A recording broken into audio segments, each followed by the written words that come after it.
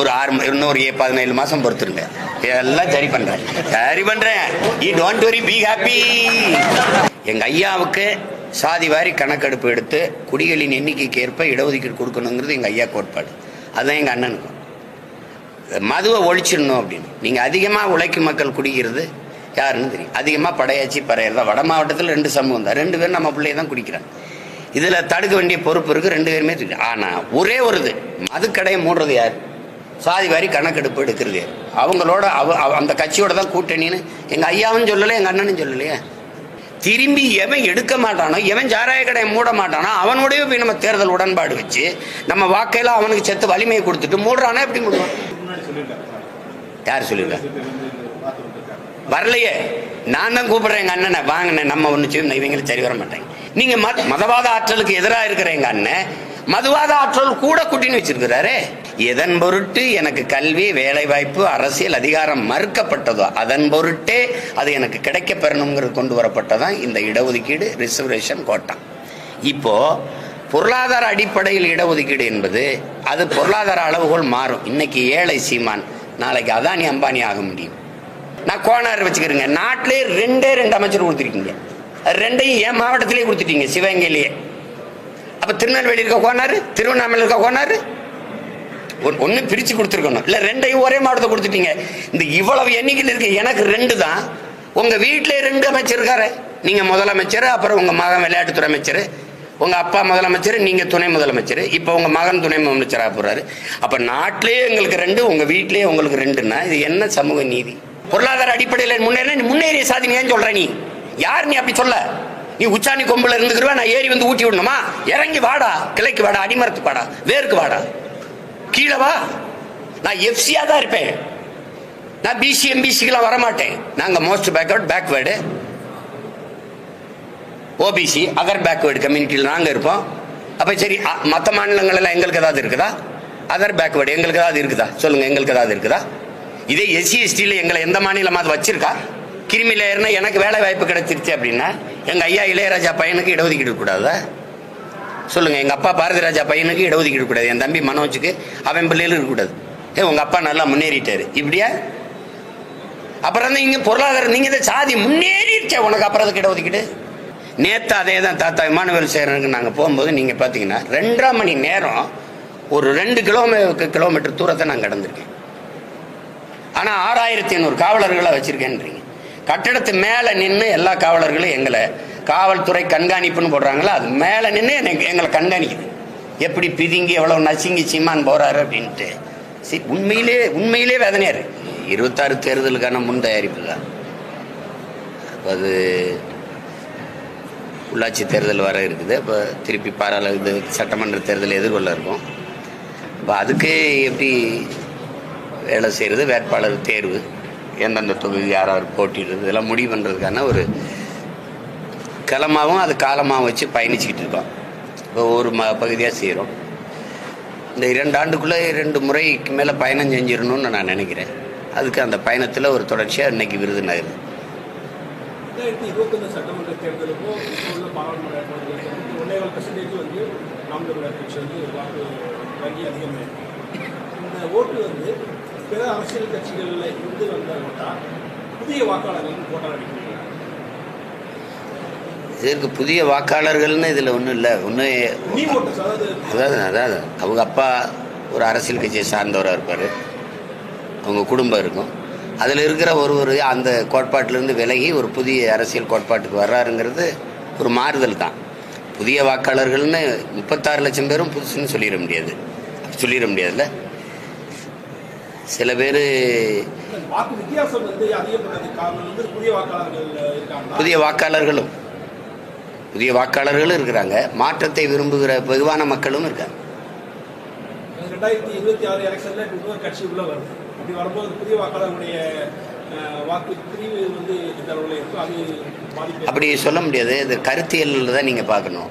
ஏன்னா இவ்வளோ பெரிய ஆட்சி அதிகாரங்கள் இருந்த கட்சிகளை தாண்டி இங்கே எப்படி கட்டமைக்கப்படுது அரசியல்னு நீங்கள் ஆழ்ந்து பார்க்கணும். இப்போ எங்கள் அண்ணன் தமிழரசன் அவர்கள் இருக்காங்களே, அவங்க சொல்கிறாங்க மது, சாதி, மத, போதை இது 3 வந்து ஒரு புரட்சிகர அரசியலை, ஒரு நல்ல அரசியலை முன்னெடுப்பதற்கான பெரிய தடையாக இருக்குங்கிறாங்க. அதை அழிக்கிற ஒரு கொடும் கருவியாக இருக்குங்கிறாங்க. அந்த மாதிரி இடத்துல நீங்கள் சாதி, மதம், சாராயம், பணம், அதை மீறி திரைக்கவர்ச்சி, இது 5 பொது எதிரிகள் இருக்கிறத நீங்கள் பார்க்குறீங்க. அதுக்கு மேலே ஊடகங்களின் பங்கு ஊடகம் ஒரு நல்ல அரசியல் வரணும், ஒரு நல்ல கருத்தியல் கோட்பாட்டை முன்வைக்கிற அரசியல் கட்சி வரணுங்கிற எண்ணம் அது கிடையாது.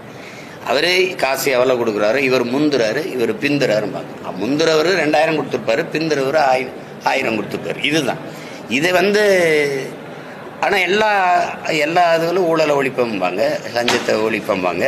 ஊழல் லஞ்சத்துக்கான விதையே வாக்குக்கு காசு கொடுக்கறதுல தான் ஊண்டப்படுது, அது எல்லாருக்கும் தெரியுது.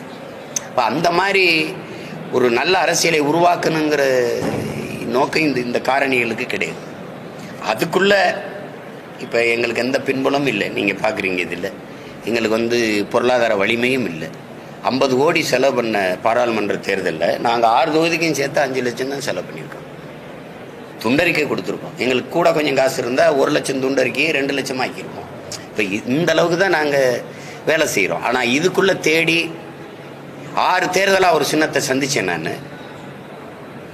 ஒரு சின்னத்தை அதுக்கு முன்னாடி வேற ஒரு சின்னம் கொடுத்தாங்க, அப்புறம் ஒரு சின்னம் கொடுத்தாங்க. அந்த சின்னத்தை கொண்டு போய் சேர்த்து உங்களுக்கு தெரியும், 1 விழுக்காடு தான் எனக்கு அங்கீகாரத்துக்கு. 7 விழுக்காடு வச்சுருக்கேன். அந்த ஏறும்போது குறவழி நடித்து கீழே தள்ளி விட்ட மாதிரி அந்த சின்னத்தை எடுத்துக்கிட்டு இவ்வளோ பேருக்கு அதே சின்னத்தை கொடுத்த இந்த தேர்தல் ஆணையம் எனக்கு மட்டும் எடுக்குது பாருங்க. உங்களுக்கு காரணம் என்னன்னு புரியுது. ஃபர்ஸ்ட் கம் ஃபர்ஸ்ட் சர்வ்ன்றாங்க அவங்க. குக்கர் சின்னம் கிடைக்காம தான் ஐயா டிடிவி தினகரன் போட்டியே போடல. ஒரு தடவை உங்களுக்கு ஞாபகம். சைக்கிள் சின்னம் கிடைக்காம தான் ரெட்டலையிலே ஐயா ஜி.கே. வாசன் போட்டிட்டார். மாம்பழ சின்னமும் அங்கீகரிக்கப்படல, இந்த கட்சியெல்லாம் அங்கீகரிக்கப்படலை. ஆனால் உங்களோட கூட்டணி வச்சவொன்னா அந்த சின்னம் அவங்கவுங்களுக்கு கிடைக்குது எப்படி? அப்போ அந்த ஃபர்ஸ்ட் கம் ஃபர்ஸ்ட் சர்வ்ங்கிறது போய் ஒரு இந்திய கட்சின்னு சொல்லி அவனுக்கு கொடுத்தீங்க. அவன் எங்கேயுமே போட்டி இல்லை, ஏன் கொடுத்தீங்க? அந்த கட்சி அந்த சின்னத்தை, என்னுடைய சின்னத்தை எடுத்து இங்கே சுயேட்சைகளுக்கு கொடுக்க காரணம் என்ன? சுயேட்சையை கொடுத்தீங்க, ஏன் சின்னத்துக்கு கீழே வைக்க பக்கத்தில் வைக்க காரணம் என்ன? சரி, எனக்கு ஒரு மைக்கை கொடுத்தீங்க, அதை மக்கள்கிட்ட நான் கொண்டு போயிட்டேன். ஆனால் வாக்கு பெட்டியில் மைக்கு மாதிரி வைக்காம கீழே 5-6 பொத்தானை வச்சு சீப்பு போல கட்டிட்டீங்க. எவ்வளவு இடையூற ஒரு மகன் சந்திக்கிறதுன்னு பாருங்க. அது அந்த சின்னம் எங்கே இருக்குன்னு கண்டுபிடிக்க முடியாத அளவுக்கு. இதுக்குள்ள 36 லட்சம் பேர் எங்களை தேடுறாங்க அப்படிங்கிறது, அது இந்திய தேர்தலுக்கு அது ஒரு மாறுதல், அது ஒரு புரட்சி. ஆங்கிலத்தில் சொன்ன ரெவல்யூஷன் தான். அதனால அது புதிய இந்த வாக்கை சிதைக்கிறது. எங்கள் கோட்பாடு உங்களுக்கு தெரியும். நாங்கள் வந்தால் இப்படி தான் ஆட்சி செய்வோம், நாங்கள் வந்தால் இப்படி. பாடமொழி தமிழ் அல்ல, பயிற்று மொழி தமிழ். எங்களுக்கு வேளாண்மையை முன்னிறுத்தி கட்டப்படுகிற தற்சார்பு பசுமை பொருளாதாரம் தான். சாராய பொருளாதாரம் இல்லை, வர்த்தக பொருளாதாரம் இல்லை. முதலாளிகளின் வளர்ச்சி நாட்டின் வளர்ச்சின்னு கட்டமைக்க நாங்கள் தயாராக இல்லை. வெறும் நகர்ப்புற வளர்ச்சியை மட்டும் காட்டி அதுதான் வளர்ச்சின்னு சொல்ல. நாங்கள் சிற்றூர்களின் வளர்ச்சியும் ஒன்றாக சேர்த்து எடுத்தால் தான் தேசத்தை சமூகத்தில் வளர்த்தெடுக்க முடியுங்கிற கோட்பாடு கொண்டவங்க. அப்படி ஒரு மாற்று தத்துவத்தை ஒவ்வொன்றுக்கும் சொல்லி சொல்லி சொல்லி சொல்லி கட்டமைக்கிறது நாங்கள் தான். இந்த கருத்தில் ஏற்கிறது தான் என்னுடைய வாக்காளர்கள். அதனால் இதை யாரும் சிதைக்க முடியாது. இப்போ ஒரு கட்சி வருதுன்னா அந்த கட்சி என்ன கோட்பாடை வைக்குதோ அந்த கோட்பாட்டை ஏற்கிறவர்களாக வாக்கு செலுத்த முடியுமே ஒழிய, மற்றபடி அந்த வாக்கை சரிக்கிறது, ஓட்டை பிரிப்பீங்க. நான் கூட கேட்பேன், ஓட்டை ஏன் அப்படி ஓட்டா போட்டா பிரிக்கிறோம்னா அவ்வளோ பலகீனமாக ஓட்டை போட்டு வச்சுருக்கேன், அவன் காங்கிரீட் சோறாக வச்சுருங்க, நாங்கள் வேணால் பிரிக்காமல் போயிடுறோம் அப்படின்னு. அது சும்மா, அதெல்லாம் யார் ஓட்டையும் யாரும் பிரிக்கிறது இல்லை.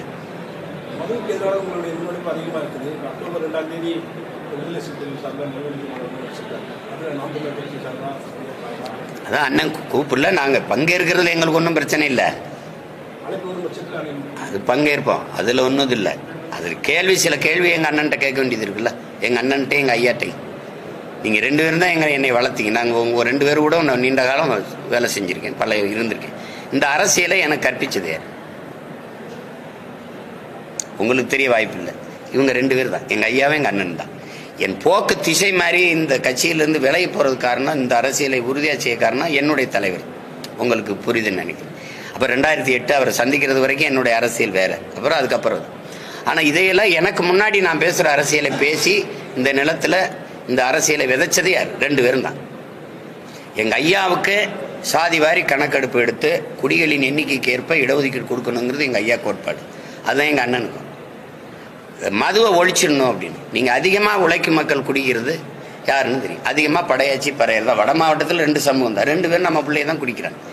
இதுல தடுக்க வேண்டிய பொறுப்பு இருக்கு, 2 பேருமே. ஆனா ஒரே ஒரு இது, மதுக்கடையை மூடுறது யார்? சாதி வாரி கணக்கெடுப்பு எடுக்கிறது அவங்களோட. அந்த கட்சியோட தான் கூட்டணின்னு எங்க ஐயாவும் சொல்லல, எங்க அண்ணனும் சொல்லலையே. திரும்பி எவன் எடுக்க மாட்டானோ, எவன் சாராய கடையை மூட மாட்டானோ அவனோடய போய் நம்ம தேர்தல் உடன்பாடு வச்சு நம்ம வாக்கையில அவனுக்கு செத்து வலிமையை கொடுத்துட்டு மூடுறானா எப்படி மூடுவான்?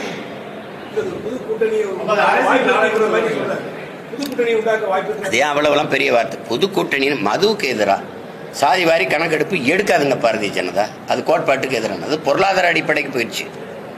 உங்களுக்கு இடஒதுக்கீடுங்கிற கோட்பாடே அதே நேருக்கும் அண்ணல் அம்பேத்கருக்கு நடந்த தர்க்கங்களே அறிவார்ந்த பெருமக்கள் நிறைய அறிவிங்க. பொருளாதார அடிப்படையில் இடஒதுக்கீடுங்கிற பேச்சுக்கே இடம் இல்லை. இந்த தெருவில் சீமான் நடக்கக்கூடாதுங்கிறது ஏழைங்கிறதுக்கு இல்லை. இந்த கோயிலில் நுழையக்கூடாது, இந்த குளத்தில் குளிக்கக்கூடாதுங்கிறது ஏழைங்கிறதுக்கு இல்லை. நான் இழிமகன், ஈன சாதி, தொட்டா தீட்டு பார்த்தா தீட்டு அப்படிங்கிறதுனால தான். அதனால தானே எதன் பொருட்டு எனக்கு கல்வி, வேலை வாய்ப்பு, அரசியல் அதிகாரம் மறுக்கப்பட்டதோ அதன் பொருட்டே அது எனக்கு கிடைக்க பெறணுங்கிறது கொண்டு வரப்பட்டதான் இந்த இடஒதுக்கீடு, ரிசர்வேஷன், கோட்டா. இப்போ பொருளாதார அடிப்படையில் இடஒதுக்கீடு என்பது அது பொருளாதார அளவுகோல் மாறும். இன்னைக்கு ஏழை சீமான் நாளைக்கு அதானி அம்பானி ஆக முடியும். ஆனால் இந்தியாவின் முதல் குடிமகளாகி ராம்நாத் கோவிந்தும் பிரதிபா இந்த திரௌபதி முர்மு கோயிலுக்குள்ள போக முடியலையா? கோயிலுக்குள்ள போக முடியல. பாராளுமன்ற கட்டடம் திறக்க முதல் குடிமகளை கூப்பிடல. 2வது அத்வானி வீட்டில் போய் ஐயா மோடி சந்திக்கிறார். நீங்க காணொலி இருக்கு. அத்வானி ஐயா நாற்காலியில் உட்கார்ந்துருக்காங்க, மோடி ஐயா உட்கார்ந்துருக்காங்க. நாட்டின் முதல் குடிமகள் பெண்மகள் அந்த ஓரத்தில் அப்படி கை கட்டி நிற்கிறாளா இல்லையா? இந்த நாட்டின் முதல் குடிமகளே நீ அவமானப்படுத்தி நீ தீண்டத்தகவலை அங்கே போய் நிறுத்தி வச்சிருக்க. அவளை உயரத்துக்கு அவள் வந்து பிரசிடென்ட் ஆஃப் இந்தியாவுக்கு இந்த நிலைமை அவள் கை கட்டி நிற்கிறா. நீங்கள் 2 பேரும் உட்காந்து பேசுறீங்க, எந்திரிச்சு பாரத மாதாக்கு ஜெயங்கிறீங்க. இது எப்படிப்பட்ட ஒரு ஜனநாயகன், எப்படிப்பட்ட நிலைப்பாடுன்னு நீங்கள் பாருங்க. ஒரு நாற்காலியை போட்டு முதல்ல அந்த பெண்ணை உட்கார வச்சுட்டு நீங்கள் உட்கார்ந்துருந்தா இது பெண்ணியத்தை போற்றுகிற நாடு, பெண்களுக்கு உரிமை அளிக்கிற நாடு, சகோதரத்துவம் சமத்துவம் உள்ள நாடு, ஜனநாயக நாடு, இதெல்லாம் நீங்க பேசலாம். அப்ப நான் அவளை உயரத்துக்கு வந்து என் மேல சுமத்தப்பட்ட சாதிய இழிவு, தீண்டாமை, கொடுமை போலன்னா அப்ப பொருளாதாரத்துக்கு அதுக்கு சம்பந்தமே இல்லையே. அப்ப அந்த அடிப்படையில நீங்க அதனாலதான் நம்ம எங்க ஐயாவும் சரி நாங்களும் சரி இன்னைக்கு இங்க இருக்கிற இடஒதுக்கீடே நீங்க எல்லாம் போயிட்டு இருக்கிறாங்க. இது ஒற்றை மகன், எங்க ஐயா ஆனமுத்துங்கிற ஒரு மகன் போராடி பெற்றுக் கொடுத்ததான் இது எங்களுக்கு. அதை யாரும் இவங்க பேச தயாரா இல்லை. 69 விழுக்காடு இடஒதுக்கீடு மண்டல் கமிஷன் ஒண்ணு இருக்குல்ல, மண்டல் பரிக்குழு, அதை கொண்டு வந்ததே அவர் தான். அந்த ஒரே மகனின் போராட்டம். இந்த அதிகாரங்கள் யாரும் செய்யல, ஒருத்தரும் செய்யல. யாராவது மறுக்க சொல்லுங்க நீ. அப்ப இவங்க எடுக்க மாட்டாங்க. நேர் எதிர் கோட்பாடு கொண்ட பிஜேபி சாதிவாரி கணக்கெடுப்பு எடுக்கணும்னு தள்ளி விடுறதுங்கிறது எவ்வளவு ஏமாற்று. நீங்க எடுக்க முடியாது. இப்போ அருந்ததியருக்கு 3 விழுக்காடு கொடுத்தது யாரு? திமுக, ஐயா கருணாநிதி. இஸ்லாமியருக்கு 3.5 விழுக்காடு கொடுத்தது யாரு? ஐயா பாட்டாளி இந்த படையாட்சிகளுக்கு வன்னியர்களுக்கு 10.5 கொடுத்தது யாரு? ஐயா எடப்பாடி. ஒரு மாநில கட்சியின் அதிகாரத்திற்கு, ஆட்சி அதிகாரத்திற்கு 3 விழுக்காடு, 3.5 விழுக்காடு, 10.5 விழுக்காடு இடஒதுக்கீட்டை பிரிச்சு பங்கிட்டு கொடுக்கிற அதிகாரம் இருக்கு உங்களுக்கு. சாதிவாரி எண்ணி கணக்கிறதுக்கு அதிகாரம் இல்லையா? புரியுதா? எப்படி எடுக்கிறது அப்படின்னா வீட்டுக்கு வீடு ஓட்ட எப்படி எண்ணி காசு கொடுக்குறீங்க? அப்படி என்னங்க எல்லாரும் கொடு, எண்ணி கொடு, எடுத்து கொடுக்காத, அளந்து கொடு, அள்ளி கொடுக்காத. இதானே இடஒதுக்கீடு. நீங்க அப்படி செய்ய தயாரா இல்லை. ஏன் என்ன மறுக்கிறீங்க?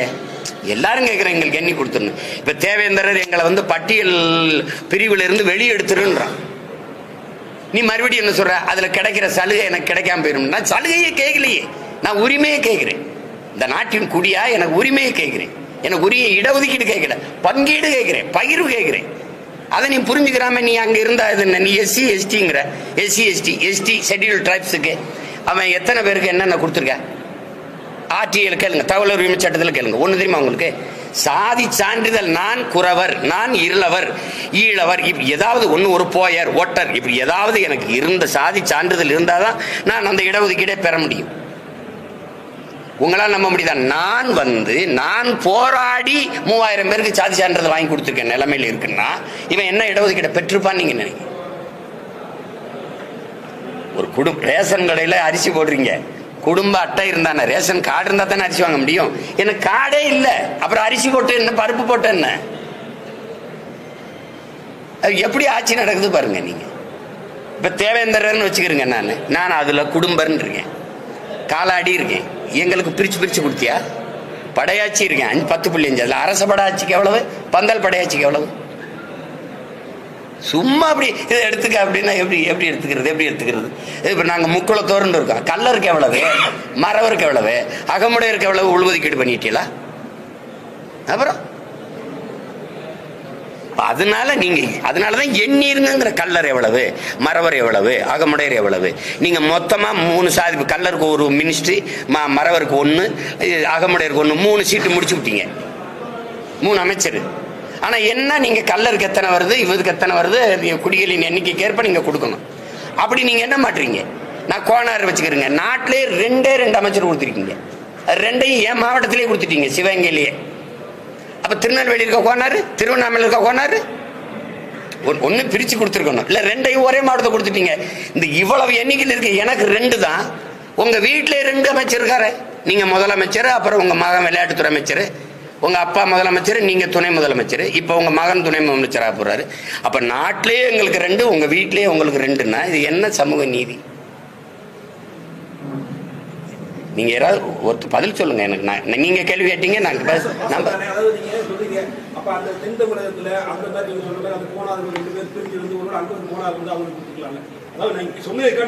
ஆமா. நீங்க திருநெல்வேலியில கோனார் நாங்க இருக்கும்ல. இப்ப எங்க மாவட்டத்தில் ஐயா கண்ணப்பன்னு கொடுத்தீங்க, இல்ல ஐயா பிறகு அந்த பெரியார்பன்னு கொடுத்தீங்க. ஒண்ணு கொடுத்துட்டு திருநெல்வேலியில ஒரு கோனார் கொடுத்து விடுங்க, இல்ல திருவண்ணாமலையில கோனார் இருக்காங்க, எங்கால இருக்காங்க, அவனுக்கு ஒண்ணு கொடுத்து விடுங்க. அதிகாரத்தை பரவலாக்கி, நிர்வாகத்தை பரவலாக்கி நீங்க தானே எல்லா இடத்துக்கும் போகும். இங்க ஒரே மாவட்டத்துக்குள்ள 2 அமைச்சரை கொடுத்து விட்டீங்கன்னா என்னங்கய்யா? அப்ப நீங்க செய்ய மாட்டீங்க, நாங்க கேள்வியும் கேட்க கூடாது. எப்படி இது?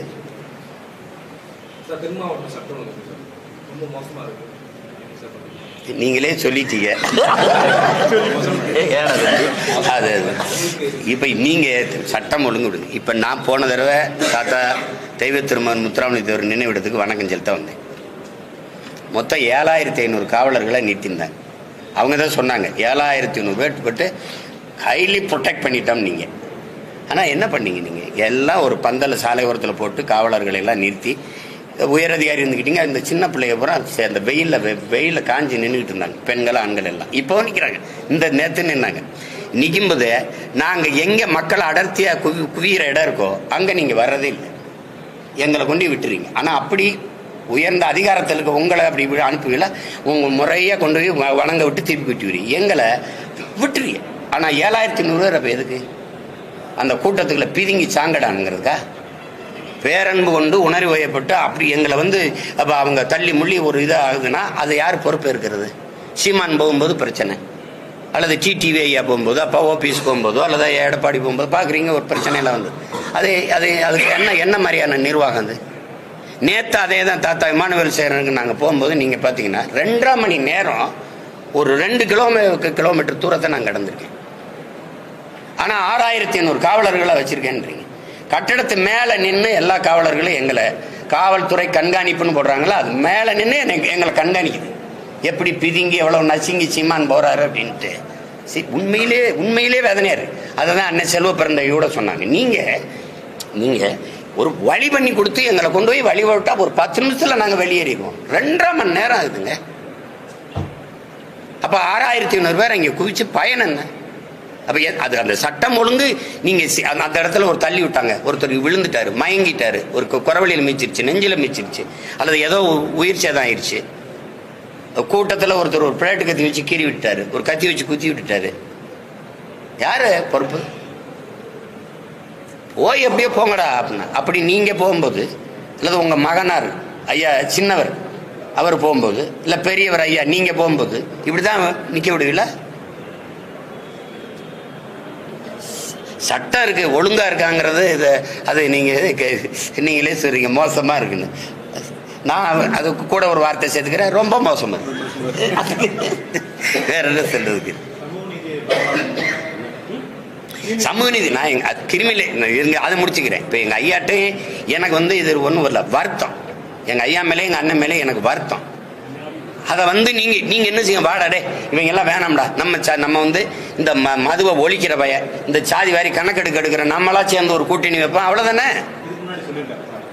யார் சொல்லிருக்கா? வரலையே. நான் தான் கூப்பிடுறேன் எங்க அண்ணனை, வாங்கினே நம்ம ஒண்ணு செய்யும், இவங்களை சரி வர மாட்டாங்க. இப்ப அதிமுகவே எங்க அண்ணன் கூப்பிடுறாருல, எங்க அண்ணன் கூப்பிடுறாரு, அதை சரி நான் வரவேற்கிறேன். அதிமுக எல்லா கட்சியும் வரனாங்க, ஜனநாயக ஆற்றல்னா பிஜேபி வராது. அது மதவாத ஆற்றல்னு எங்க அண்ணன் சொல்றாரு, இது மதுவாத ஆற்றல், அவ்வளவுதானே. நீங்க மதவாத ஆற்றலுக்கு எதிராக இருக்கிற எங்க அண்ணன் மதுவாத ஆற்றல் கூட கூட்டின்னு வச்சிருக்கிறாரு. அது இல்ல, அவர் தோணிருக்கலாம். சரி, இது அதிகம் பாதிக்கப்படுகிற உழைக்கும் மக்கள் உங்களுக்கு தெரியும். தென் மாவட்டங்கள்ல யாரு, வட மாவட்டங்கள்ல யாரு உழைக்கும் மக்கள்? உழைக்கும் மக்கள்ல சரிபாதி இருக்கிற படையாச்சி பறையர் தான் வட மாவட்டத்தில். நீங்க உங்களுக்கு தெரியும், இது 2 பேரும் தான் பெரும் சேதத்துக்காகி உயிர் பலியாகி உழைக்கும் குடிகள். இந்த கள்ளச்சாராயம் குடிச்சு செத்ததுலேயே உங்களுக்கு பாருங்க, மரக்காணத்துல செத்தம் யாருன்னு நினைக்கிறீங்க? இப்ப எங்க அண்ணன்ட்ட ஒண்ணும் இல்லை, நான் அன்பாவே கேட்கிறேன் எங்க அண்ணன்ட்ட. அண்ணன் 2021 திமுக பதவிக்கு வந்த உடனே அவங்க இறந்தாங்க மரக்காணத்துல 19 பேர். 2024 முடிஞ்சு இப்ப 25 இப்ப 24 பாதிக்கு மேல வந்து இப்ப நீங்க மாநாடுன்றீங்க. அப்பவே போட்டிருக்கணும்ல.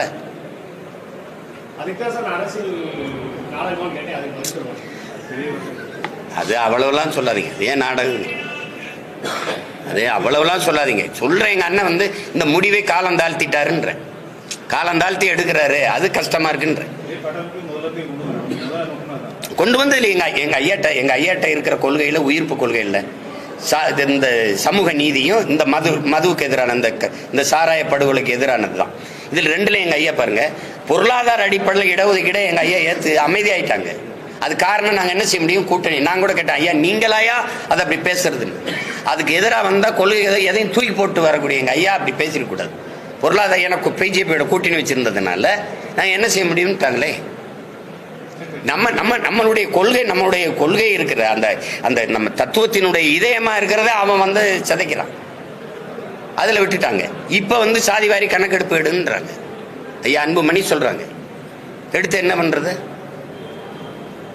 அவன் அந்த இடஒதுக்கீட்டுக்கு எதிரால இருக்கான்.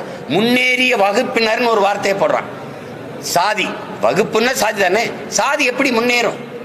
ஒருத்த கல்வி வரி பெற்று வேலை வாய்ப்பை பெற்று அதுக்குரிய ஊதியத்தை பெற்று வருவாய் பெருக்கி அது பொருளாதாரத்தில் மேம்படுவதற்கு 14 வளர்ச்சி. யாரு எது பொருளாதார அப்படி பேசாதீங்க. அந்த இடஒதுக்கீடு முறையை அப்படி கொண்டு வரப்படல. பொருளாதார அடிப்படையில் முன்னேறிய சாதி ஏன் சொல்ற? நீ யார்? நீ அப்படி சொல்ல? நீ உச்சாணி கொம்புல இருந்துக்கிறவா, நான் ஏறி வந்து ஊட்டி விடணுமா?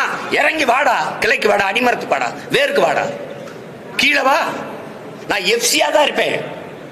நான் பிசி எம்பிசிக்கெல்லாம் வரமாட்டேன். நாங்க மோஸ்ட் பேக்வேர்டு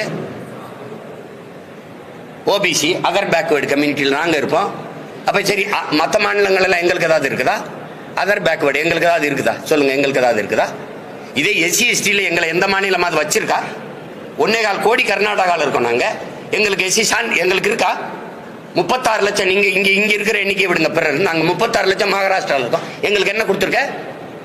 நாங்க ஓபிசி அதர் பேக்வேர்டு. எங்களுக்கு என்ன கொடுத்துருக்க? ஒரு இடம், ஒரு எது? ஒண்ணு இல்லையே. பொருளாதார அடிப்படையை பேசவே பேசாதீங்க நீங்க. பொருளாதார அடிப்படையில் நீ பொருளாதாரத்தில் பின்தங்கி வேணா, அது கிடையவே கிடையாது. அப்புறம் நீ சாதி வகுப்புல முன்னேறிட்டேன்னா சாதியை ஏற்றதாழ்வுகளற்ற சமத்துவ சமூகம் படைக்கணுங்கிறது தானே இதை கொண்டு வரிய. நீ முன்னேறிய சாதினா அவன் கொம்ப வச்சு குத்திக்கிட்டே இருக்க மாட்டானா? நான் எஃப்சி, நான் உயர்ந்த சாதியாவே இருப்பேன், எனக்கு எல்லாம் கிடைச்சிரும்னா அப்புறம் எப்படி சாதி வேறுபாடற்ற சமத்துவம் உருவாகும்? இதுக்கு பதில் இருக்கா அவங்க கிட்ட? சாதியை ஏற்றதாழ்வுகளற்ற சமத்துவம் இப்படி உருவாகும். அண்ணல் அம்பேத்கர் சொல்றது, சாதியை ஏற்றதாழ்வுகளை வைத்துக் கொண்டு சமூக முன்னேற்றம் மேம்பாடு என்று பேசுவது மலக்குழியின் மேலே போடுகிற மல்லிகை பந்தலுக்கு சமம்ங்கிறார். சாக்கடையின் மேலே நீ போடுற சந்தன மாலைக்கு சமம்டாங்கிறார். இதுக்கு பதில் இருக்கா? அப்புறம் எப்படி நீ ஏற்றதாழ்வை ஒழிப்ப? நான் உயர்ந்தவனாவே இருப்பேன், எனக்கு எல்லாம் கிடைச்சிரும் அப்படின்னா நான் கீழே கிடைக்கிறவன் கீழே தான் இருக்கணும். நான் மேலே ஏறி வந்து என்ன பயன் இருக்குது? எப்படி வர முடியும்? கிரிமி லேயருங்கிறத எப்படி நீங்க ஏற்கிறீங்க? கிரிமி லேயர் இப்ப எங்க அப்பா படிச்சுட்டாரு, இடஒதுக்கீட்டுல படிச்சுட்டாரு, IAS. திடீர்னு இறந்துட்டாரு, அப்பா ஐஏஎஸ் ஆயிட்டாரு, அதனால எனக்கு இடஒதுக்கீடு இல்லைன்னா, இத்தனை ஆயிரம் ஆண்டுகளா கல்வி மறுக்கப்பட்ட சமூகத்துல நான் பிறந்த அரணியூர்ல 5வது பட்டதாரி நான். அப்படின்னா எங்க கிராமத்துக்கு கல்வி எப்போ வந்து சரி, எங்க அப்பாவுக்கு மட்டும்தான் கையெழுத்து போட தெரியும் எங்க குடும்பத்துல, எங்க அம்மாவுக்கு நாங்க கற்பிச்சோம். இப்ப நானும் நீனும் ஒன்னா கிருமியில ஏறினா எனக்கு வேலை வாய்ப்பு கிடைச்சிருச்சு அப்படின்னா எங்க ஐயா இளையராஜா பையனுக்கு இடஒதுக்கீடு கூடாதா சொல்லுங்க? எங்க அப்பா பாரதி ராஜா பையனுக்கு இடஒதுக்கீடு கூடாது, என் தம்பி மனோஜுக்கு அவன் பிள்ளைகளுக்கு இருக்கக்கூடாது. உங்க அப்பா நல்லா முன்னேறிட்டாரு இப்படியா? அப்புறம் இங்க பொருளாதாரம் நீங்க சாதி முன்னேறிடுச்ச, உனக்கு அப்புறம் அதுக்கு இடஒதுக்கீடு உனக்கு அதுக்கு நீங்க கேட்கிற? திடீர்னு எங்க அப்பா விபத்துல இறந்துட்டாரு, அப்புறம் நான் திறன் அடிப்படையில் தான் போட்டிட்டு வரணும்னா எத்தனை ஆயிரம் ஆண்டுகளா எனக்கு கல்வியே வரலையே, இப்பதான் நான் படிக்கவே ஆரம்பிக்கிறேன். அதுல கிருமியில இதுக்குள்ள கொண்டு வா அதுக்குள்ள கொண்டு வா, இது எப்படி இருக்கிறது? சமமான கல்வி இருக்கா? நகர்ப்புறத்தில் இருக்க கல்வி கிராம சிற்றூர்கள் இருக்கா? விருதுநகர் ராஜபாளையத்தில் நீங்க படிக்கிற கல்வி சென்னையில் இருக்கிற கல்விக்கு ஒன்று சமமா இருக்கா? கேந்திர வித்தலையா நவோதயா சிபிஎஸ்இ பாடத்திட்டம் உங்ககிட்ட இருக்கா? நான் கேட்கறதுக்கு பதில் சொல்லுங்க ஐயா. முதல் தர ஏ கிரேட் ஆசிரியரை எங்க பணியமர்த்துறீங்க? சி கிரேட் ஆசிரியரை எங்க பணியமர்த்துறீங்க? உங்க நாடு சொல்றது ஸ்மார்ட் சிட்டி ஸ்மார்ட் வில்லேஜ் இருக்கா? நீ கான்சன்ட்ரேட் பண்றது, நீ கவனம் செலுத்துறது நகர்ப்புற வளர்ச்சியை சிற்றூரின் வளர்ச்சியை ஏறிட்டு பாக்குறியா? ஏறிட்டு பாக்குறியா? நீ எங்களுக்கு குடிநீர், மின் வசதி, சாலை வசதி, அடிப்படை சுகாதார வசதி எதை பத்தியாவது நீங்க கவலைப்பட்டிருக்கியா? அப்புறம் பசுமாட்டை பத்தி கவலைப்படுவேன், எங்களை கவலைப்படுவியா?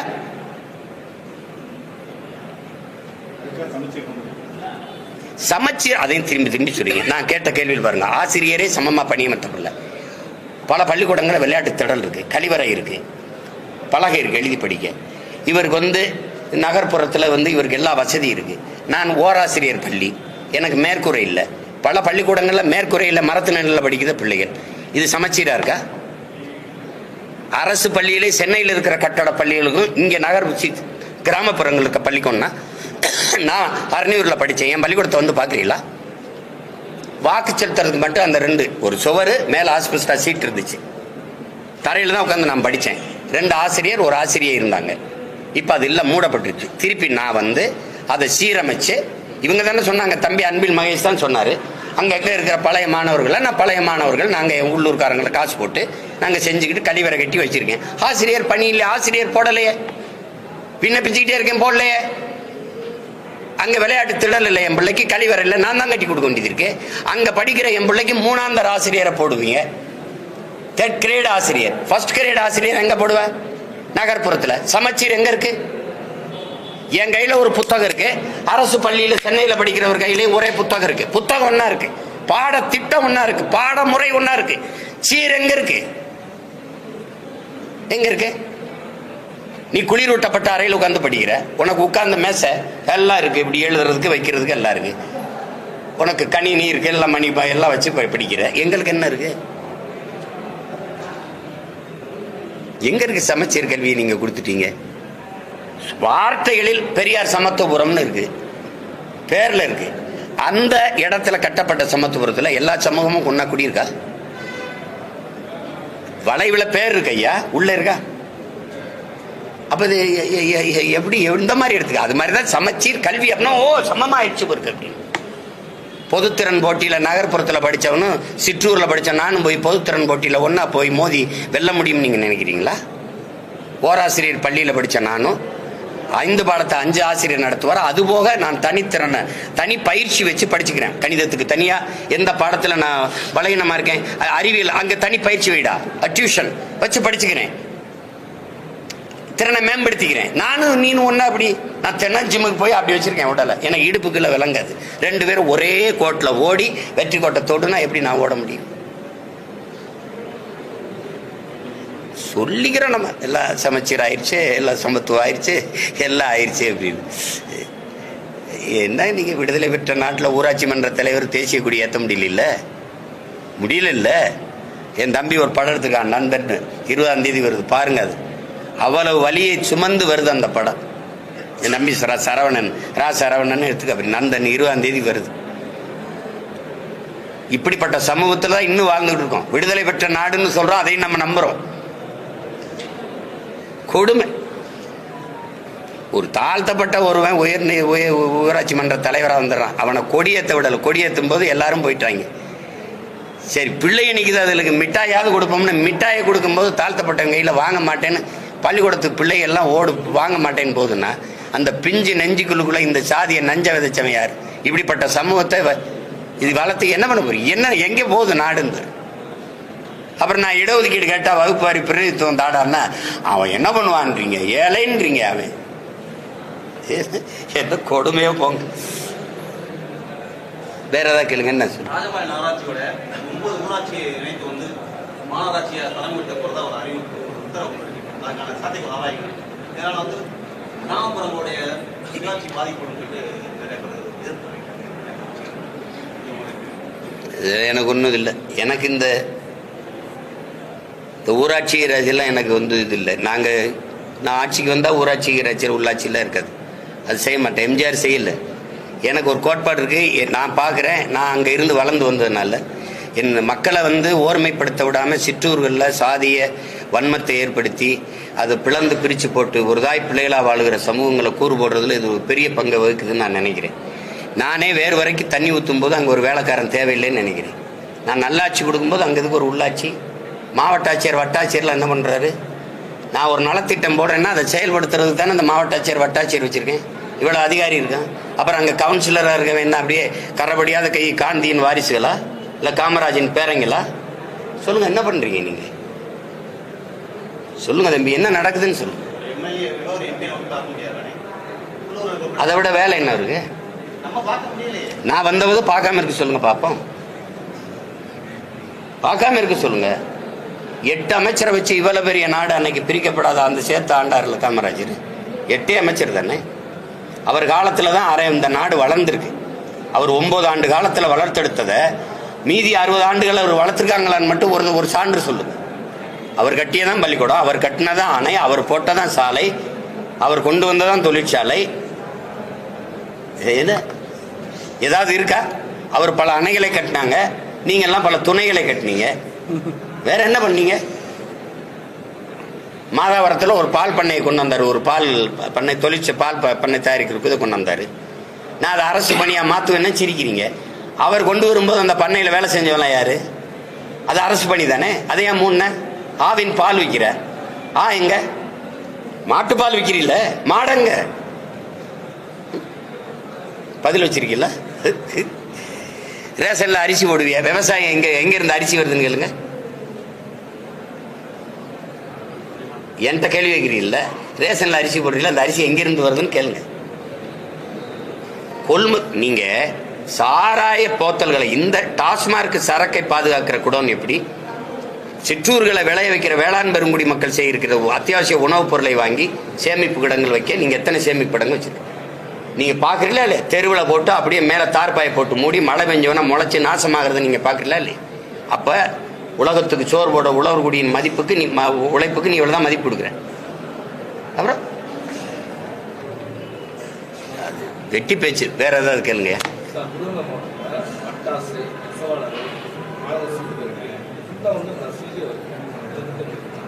நசிங்கிக்கிட்டே வருதா?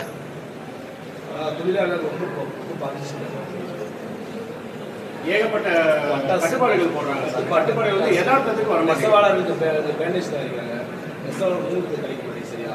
அது வந்து அந்த நூல் விலையேற்றம், மின்சார அதுவாகவே சொல்லணும். இப்போ ஈரோடு, திருப்பூர் எல்லா இடத்துலையும் பாதிக்கப்படுதில்ல சிறு குறு தொழில் எல்லாமே. காரணம் அந்த சொத்து வரியும் மின்கட்டண உயர்வும் வந்து பெரிய அளவுக்கு பாதிக்குது. மின்கட்டண உயர்வு நெசவு உங்களுக்கு தெரிய விஷயம் தெரியல எவ்வளோ பாதிக்கப்படுது. அது நூல் விலை, அந்த மூலப்பொருளின் விலையேற்றம் பெரிய அளவுக்கு பாதிக்குது. இந்த பட்டாசில் வந்து நமக்கு வந்து ஒரு பாதுகாப்பற்ற இருக்குது. பாதுகாப்பாக இருக்கணும். இன்னும் ஆரம்ப சுகாதார நிலம் ஒரு வெடித்த உடனே எடுத்துகிட்டு போய் ஒரு மருத்துவம் செய்கிறதுக்கான மருத்துவ வசதியே முதல்ல இல்லை. நீங்கள் பார்க்குறீங்க. அது ஒரு பாதுகாப்பான இதை வந்து இவ்வளோ காலம் இவ்வளவு பேரிடர் நடந்த பிறகு ஒரு விழிப்புணர்வு வந்திருக்கணும். மக்கள்கிட்டையும் சரி, அந்த தொழிற்சாலை உரிமையாளர்கிட்டையும் சரி, அதிகாரத்தில் இருக்கணும் சரி. இந்த விபத்து தொடருது. இதை தடுக்கிறதுக்கு இதுக்கு என்ன பண்ணுறதுங்கிற திட்டம் நம்மகிட்ட இல்லை. அது அங்கே ஒரு பெரிய சீர்கேடு. அதனால தான் ஆண்டுதோறும் பேரிடரில் நம்ம அந்த திடீர்னு வெடி விபத்தில் நம்ம பல உயிர்களை பறி கொடுக்க வேண்டிய சூழல் வருது. அதுக்கு நீங்கள் வேலை வாய்ப்பை பெருக்கணும், எல்லாருக்கும் எல்லா வேலையும் எல்லாருக்கும் வேலை கிடைக்கணும் வாழ்விடத்திலேன்னா நீங்கள் வேளாண்மை சார்ந்த தொழிற்சாலைகளை முன்னெடுக்கிறத தவிர வழி கிடையாது. இப்போ நீங்கள் உதாரணமாக இப்போ நிலமும் வளமும் சார்ந்த தொழிற்சாலைன்னு நான் சொல்கிறேன். இப்போ மாடு வளர்க்குற இப்போ 1000 ஒரு பாலின் சந்தை மதிப்பு மட்டும் தமிழ்நாட்டில் 9 லட்சம் கோடி இருக்கு. பால் எங்கேருந்து வருது தமிழ்நாட்டுக்கு? ஆந்திராவிலேருந்து வருது. ஏன் ஆந்திராவிலேருந்து வருது? உங்களுக்கு என்ன பிரச்சனை மாடு வளர்க்குறதுல? நீங்கள் வீட்டுக்கு வீடு ஒரு மாடு கொடுத்திய, ஒரு ஆடு கொடுத்திய, ஒரு நாட்டுக்கோழி கொடுத்திய, ஏன் கொடுத்திய? வறுமை போயிடும். நீங்கள் வீட்டில் வளர்க்க சொல்லி எங்கள் ஆத்தாளப்ப கொடுத்திய. நான் என்ன சொல்கிறேன், அதை நாட்டில் வளர்ப்பேன்றேன் தானே. ஒரு நாட்டுக்கோழியின் விலை, கறி விலை எவ்வளவு?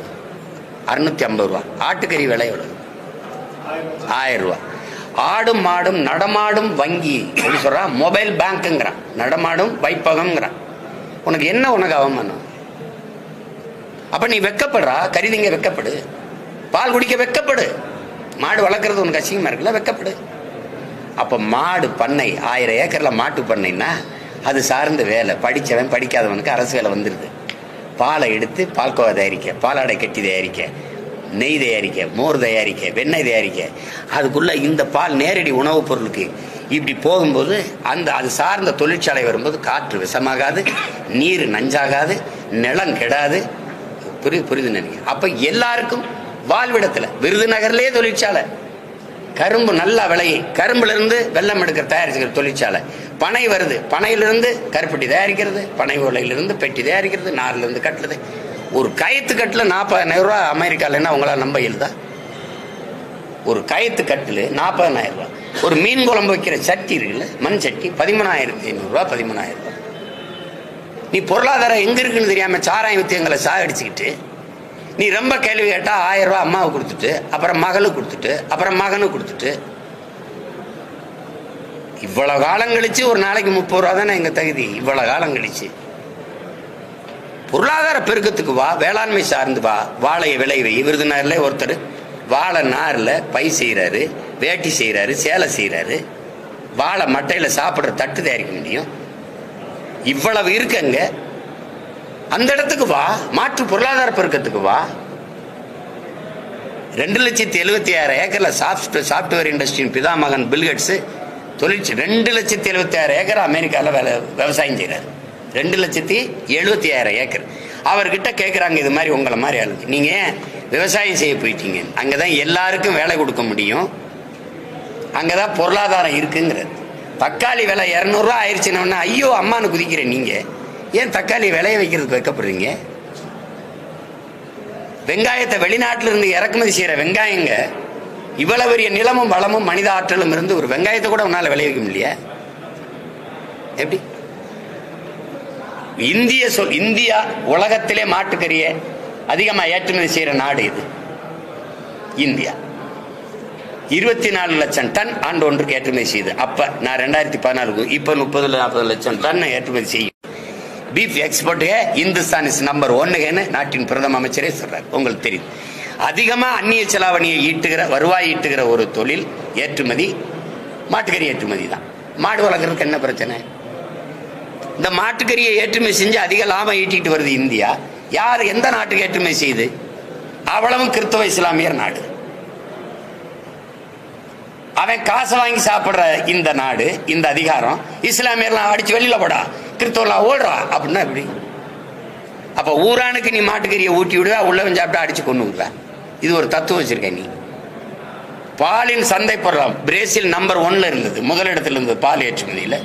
இப்ப பிரேசிலையும் முந்திக்கிட்டு இந்த இந்தியா வருதுன்னு சொல்றாரு. டைரி டேல பிரதமர் பேசுனது இருக்கு. பால்ல மிகப்பெரிய பொருளாதாரம் இருக்கு. இப்படியே பேசுறது. இந்த மாதிரி மிகப்பெரிய பொருளாதாரம் இருக்கு. பால் வித்தாலே நம்ம பொருளாதாரத்தில் தற்சார்பு அடையலாம். ஏன் பால் விற்கல? ஏன் மாடு வளர்க்கல? உனக்கு என்ன பிரச்சனை? எப்படி மேய்ச்சல் நிலத்தை நான் உருவாக்குவேன். 21 லட்சம் ஏக்கர் விளைநிலங்களை உருவாக்க போறேன்னு அம்மா ஜெயலலிதா சட்டசபையில பேசுனது இருக்கு. இப்ப கேட்டிருக்கீங்களா? நான் அனுப்பட்டா அது அப்படியே எப்படி சாதாரணமா கடல்